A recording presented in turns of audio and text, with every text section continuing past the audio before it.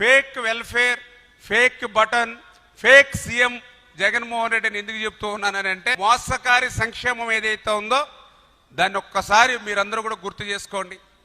ఆ రోజు ఏదైతే రైతు భరోసా పేరు చెప్పి పిఎం కిసాన్ అని చెప్పి 6,000 రూపాయలు ప్రధానమంత్రి గారు ఇస్తారు ప్రతి సంవత్సరం కూడా.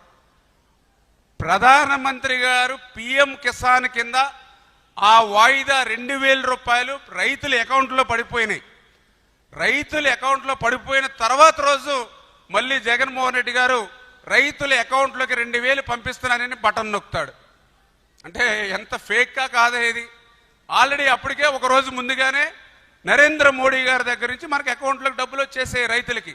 అంటే వచ్చేసినటువంటి సొమ్ము కూడా ఈయన మళ్ళీ దానికి ఒక పేపర్లో పెద్ద అడ్వర్టైజ్మెంట్ వేసుకుని, టీవీలో ఒక అడ్వర్టైజ్మెంట్ పెట్టుకుని ఒక ఫేక్ బటన్ నొక్కి మళ్ళీ మనల్ని మోసం దగా. అందుకే fake button, fake welfare, fake CM అన్నటువంటి పరిస్థితి జగన్మోహన్ రెడ్డిది.